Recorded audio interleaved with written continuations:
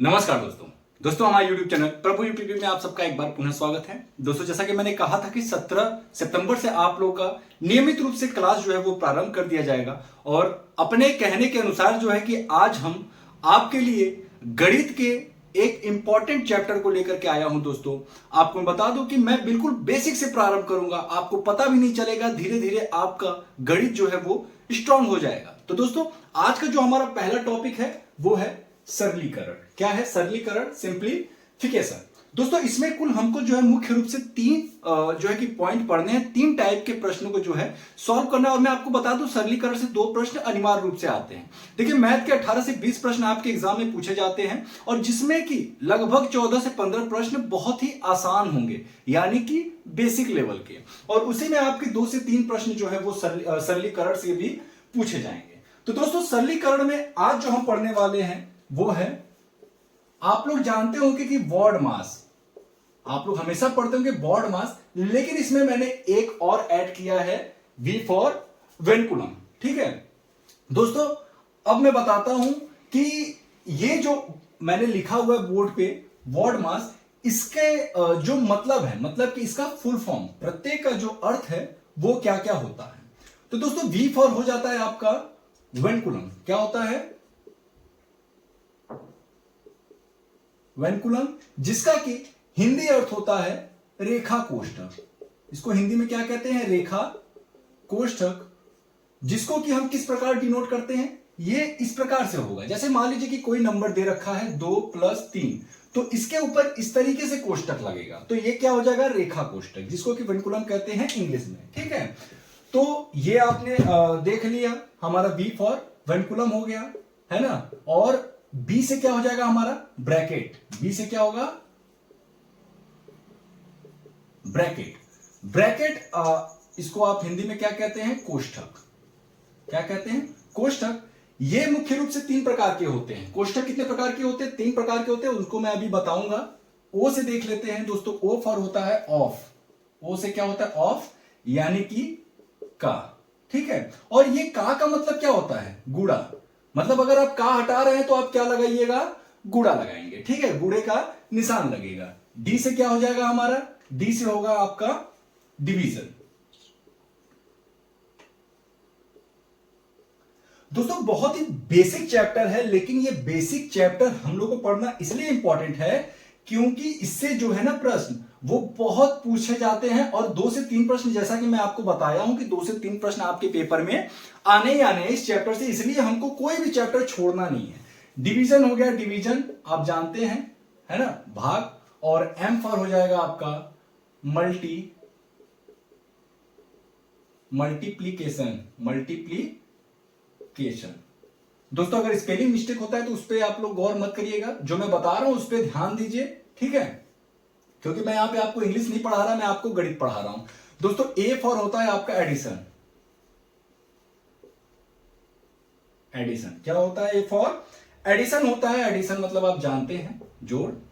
S for हो जाता है आपका सब्ट्रैक्शन। क्या होता है? सब्ट्रैक्शन।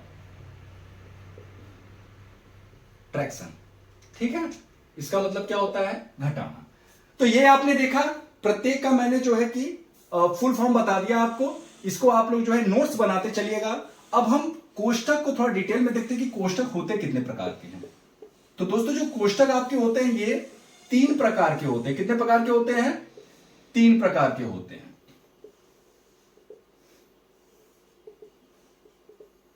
पहला जो आपका होता है वो होता है छोटा कोष्ठक।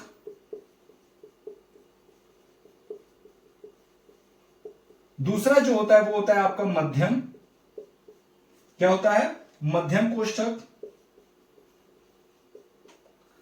तीसरा जो आपका होता है वो होता है बड़ा कोष्ठक। क्या होता है? बड़ा कोष्ठक।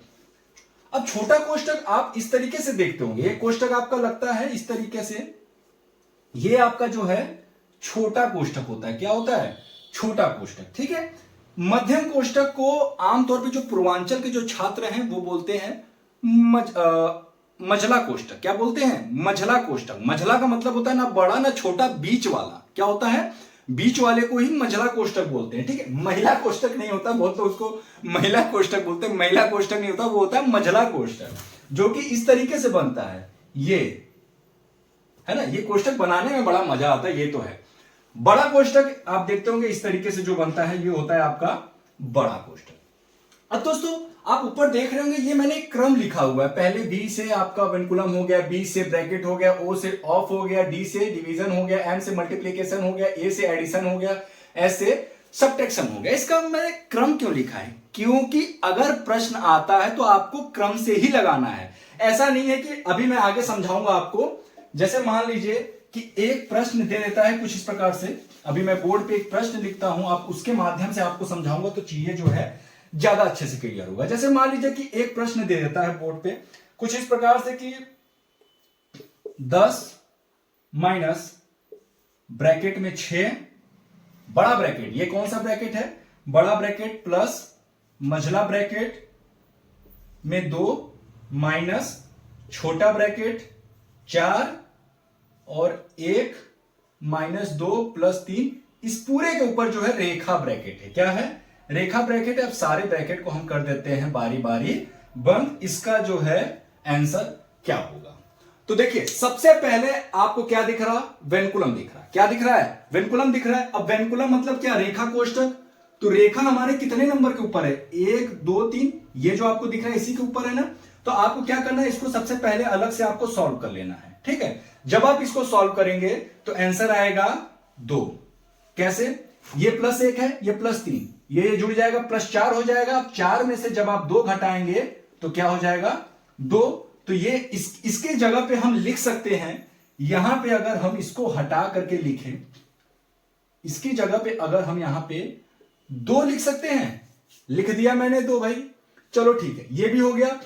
अब इसके बाद आपको ब्रैकेट सॉल्व करना है। अब ब्रैकेट में ये नहीं कि बड़े वाले ब्रैकेट को पहले सॉल्व करेंगे, आप एक एक ब्रैकेट को बारी बारी से, क्योंकि ये तीनों ब्रैकेट के एक ही ब्रैकेट है।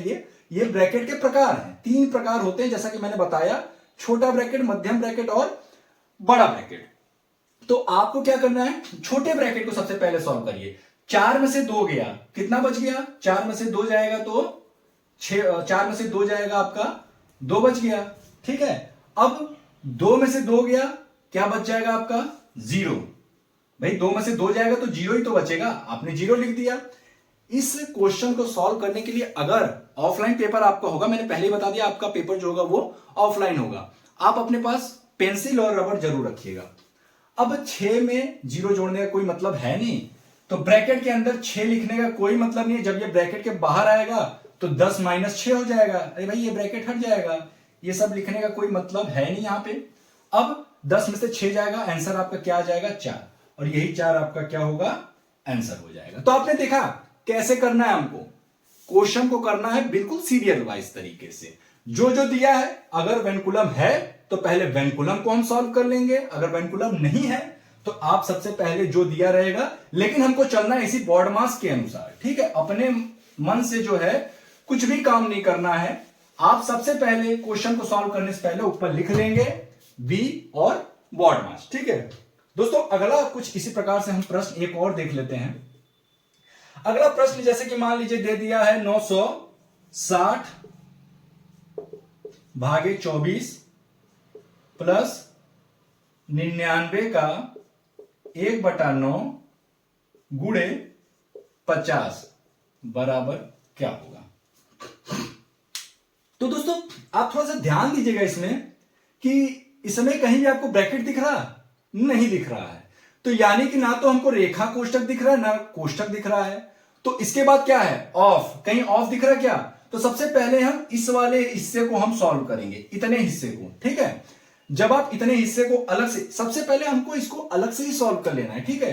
तो 99 का मतलब क्या होता है? गुणा। हमने लगा दिया गुणा और 1/9। 9 से हमने 99 को काटा, आ गया कितना? 11 आ गया। यानी कि आप देख रहे हैं इस पूरे की जगह पे हम क्या लिख दें? 11। क्या लिख दें? 11। लो भाई मैंने लिख दिया। अब का के बाद क्या आता है? डिवीजन आता है। तो डिवीजन वाला हमारा ये हो गया। तो 960, अब भाग है तो जब इसको गुणा में कन्वर्ट करेंगे 1/24 हो जाएगा। अब 24 से 96 कितनी बार में जाएगा? 24 से 96 जाएगा आपका 4 बार में। कितनी बार में? 4 और 1 0, 40 हो गया। यानी कि आप कह सकते हैं कि ये पूरे की जगह पे, इस पूरे की जगह पे हम क्या लिख दें? 40। क्या लिख दें? 40 लिख दें। अब आप देख रहे होंगे कि डिवीजन के बाद क्या आता है? मल्टीप्लीकेशन। ठीक है, मल्टीप्लीकेशन का है भाई, ये है 11 का गुणा 50 में करिएगा तो कितना हो जाएगा? 550। तो इन पूरे की जगह पे हम क्या लिख दें? 550। क्या लिख दें? 550 लिख दें। 550 में जब आप 40 जोड़ेंगे तो कितना आ जाएगा? 590। क्या आ जाएगा? 590। और यही 590 हमारा आंसर हो जाएगा। दोस्तों इस प्रश्न को सॉल्व करने से देखिए, बोर्ड मास का अगर प्रश्न आता है, अगर ऑफलाइन पेपर है, अगर आपके पास पेंसिल और रबर है तो आपका पेज बचेगा। वहां पे आपको रफ करने के लिए कभी कभी क्या होता है, अलग से पेज नहीं मिलता। कभी कभी तो आपके पेपर में ही जो है कि पीछे रफ कार्य के लिए जो है कि स्पेस देता है, कभी कभी नहीं भी देता है। तो वहां पे आपको इस तरीके से करना है, पेंसिल और रबर साथ में लेके जाना है। इस तरीके से अगर आप करेंगे तो आपका जो स्पेस है वो कम लगेगा। ठीक है दोस्तों, इसी तरीके से हम अगला प्रश्न देख लेते हैं। एक और प्रश्न हम देख लेते हैं। जैसे कि मान लीजिए दे दिया 6 सही 2/3। ठीक है, 6 सही 2/3 गुणे 6 सही 2/3 भागे 7 सही 1/2 का 2/6 बराबर क्या होगा? अब दोस्तों देखिए, सबसे पहले इसमें आपको देखना कि बोर्ड मास जो ऊपर लिखा हुआ है क्या कहीं ब्रैकेट है? नहीं है। अब ब्रैकेट वाला काम खत्म हो गया तो का कहीं दिख रहा है क्या? अब यहां पे का की जगह पे कभी कभी ऑफ भी लिखा रहेगा, तो आप लोग कंफ्यूज मत हो जाइएगा। यहां पे ऑफ भी लिखा रह सकता है, इंग्लिश में ऑफ, हिंदी में का। तो सबसे पहले हमको इस का वाले को सॉल्व करना है, इस वाले हिस्से को हमको सॉल्व करना है। तो जब आप इसको अलग से सॉल्व करेंगे तो 2 सते 14 1 15/2 लिख सकते हैं इसको हम। ऑफ का मतलब गुणा 2/6, 2 से 2 कैंसिल, 3 5 15, 3 दूना के 6, यानी कि 5/2। ठीक है, इस पूरे की जगह पे हम क्या लिख दें? 5/2 लिख सकते हैं। क्या लिख दें? 5/2 लिख दें। तो देखिए अब हमारा जो है, जो प्रश्न है वो छोटा हो गया। ठीक है, 5/2 हो गया।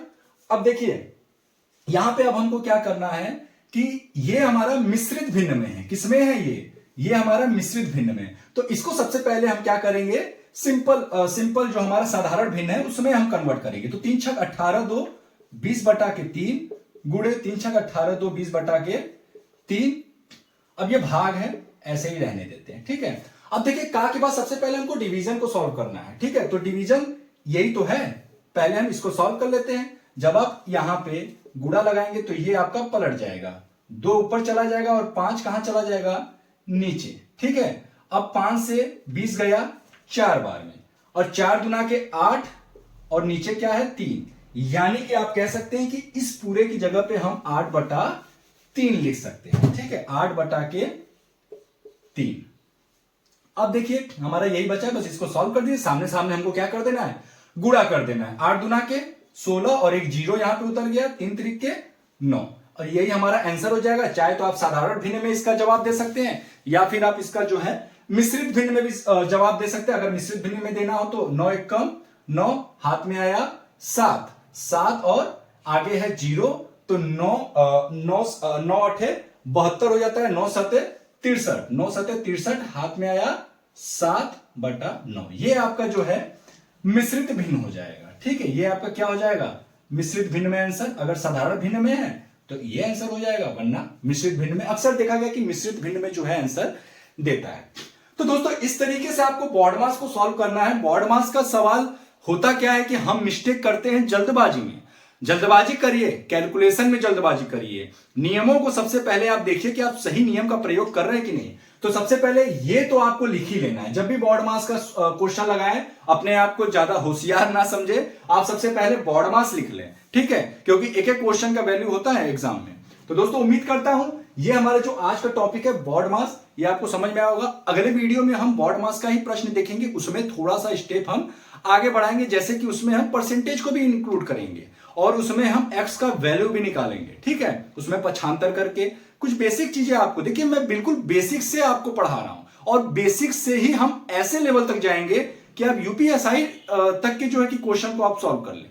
तो दोस्तों उम्मीद करता हूं ये जो आज का हमारा पहला वीडियो था गणित का, ये आपको बहुत ही अच्छे समझ में आएगा। दोस्तों वीडियो कैसा लगा हमें नीचे कमेंट बॉक्स में लिखकर जरूर बताएं। अगर वीडियो पसंद आया हो तो प्लीज वीडियो को लाइक करें, चैनल को सब्सक्राइब करें और वीडियो को ज्यादा से ज्यादा शेयर करें दोस्तों, क्योंकि तबीयत खराब है फिर भी आपके लिए मेहनत कर रहा हूं, क्योंकि अंदर से जुनून है कि आपको भी वर्दी दिलानी है। तो दोस्तों फिर मिलेंगे अन्य वीडियो के साथ, तब तक के लिए जय हिंद जय भारत।